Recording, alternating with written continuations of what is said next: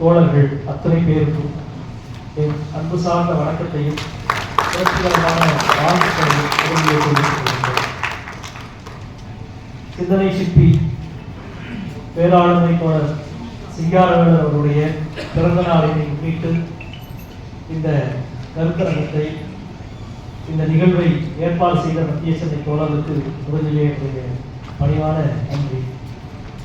வரலாற்றை நினைவுபடுத்திக் கொண்டே இருப்பது நம்முடைய வேலை, நம்முடைய கடமை, நாம் செய்ய வேண்டிய மிக முக்கியமான அரசியல் பணி.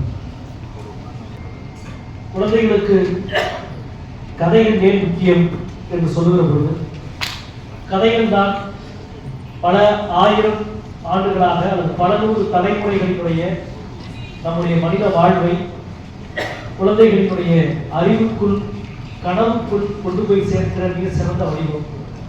எனவே நினைவுபடுத்திக் கொண்டே இருப்பதனுடைய ஒரு வடிவமாக கதைகள் இருந்தது. அவற்றின் தொடர்ச்சியாக வரலாறு இருக்கிறது. எதை நினைவுபடுத்த வேண்டும் என்பதில் தான் அவரவர்களின் அரசியல் இருக்கிறார்.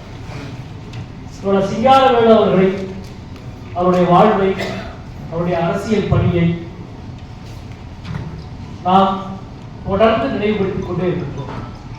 இங்கே தோழர் அவர்கள் முழக்கமிட்டார்கள், சிங்கார சென்னையை சிங்காரவேலரின் சென்னையாக மாற்றுவோம் என்று முழக்கமிட்டார்கள். இதற்கு இணையான ஒரு கவிதை வரியை 1 கோடி மக்கள் வசிக்கிற சென்னையில் யாராலும் சொல்ல முடியாது. எவ்வளவு அடர்த்தியான ஒரு வரி, எவ்வளவு ஆழமான ஒரு வரி. திராவிட மாடல் என்ற ஒரு அரசியல் முன்வைக்கிற பொழுது அதை விட உயர்ந்தது இடதுசாரி அரசியல் மாடல் என்ற வடிவம் கொண்டது.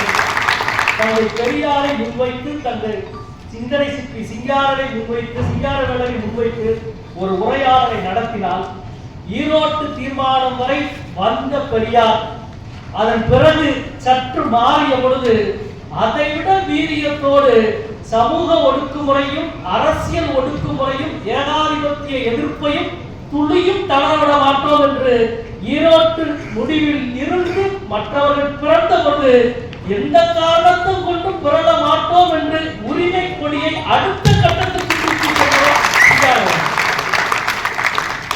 நீங்கள் எந்த இடத்தில் தயங்கினீர்களோ அந்த இடத்தில் கூட தயங்காத வீரம் சிங்காரவேலருக்கு இருந்தது. எனவே தான் சிங்கார சென்னையை சிங்காரவேலரின் சென்னையாக மாற்றுவோம். சிங்காரவேலரின் சென்னை என்ற வார்த்தை என்பது எவ்வளவு அரசியல் அடர்த்தி வாய்ந்தது. ஆச்சரியமாக சிங்காரவேலர் ஒரு போராட்டத்தை நடத்துகிறார். எங்களுக்கு தெரியும் போராட்டங்களினுடைய வடிவம் என்ன, போராட்டத்தினுடைய வீரியம் என்ன, போராட்டத்தின் அளவு என்ன என்பதை ஒரு குழந்தையை தொட்டிலில் போட்டு ஆட்டி ஒரு தாய் சொல்லிக் கொடுப்பதை போல எங்கள் இயக்கம் ஒவ்வொரு நாளும் ஒவ்வொரு தோழனுக்கும் சொல்லிக் கொடுத்து கொண்டே இருக்கும். காலையில் நடந்த ஆனந்தவுடன் இதழ் தடை செய்யப்பட்டதற்கு எதிராக நடந்த போராட்டத்தில் எப்படி சாதாரண நடந்தது, நாங்கள் ஆர்ப்பாட்டம் நடத்தி போறோம், அதுக்கு பிறகு அந்த போராட்டம் கைதாக மாறுகிறது. கைதாக மாறுகிற பொழுது அந்த நிகழ்ச்சியை எப்படி கையாள வேண்டும் என்பதை அந்தந்த நேரத்தில் வந்து முடிவெடுத்து அந்த வேலையை எப்படி செய்தோம் என்று சொன்னார். இது திட்டமிடப்படாமல் நடந்தது என்று யாராவது வெளியில் சொன்னால் யாரும் நம்ப மாட்டாங்க. இந்த திட்டமிடல் கூட தெரியாது, நாங்கள் எல்லாம் கம்யூனிஸ்டா என்று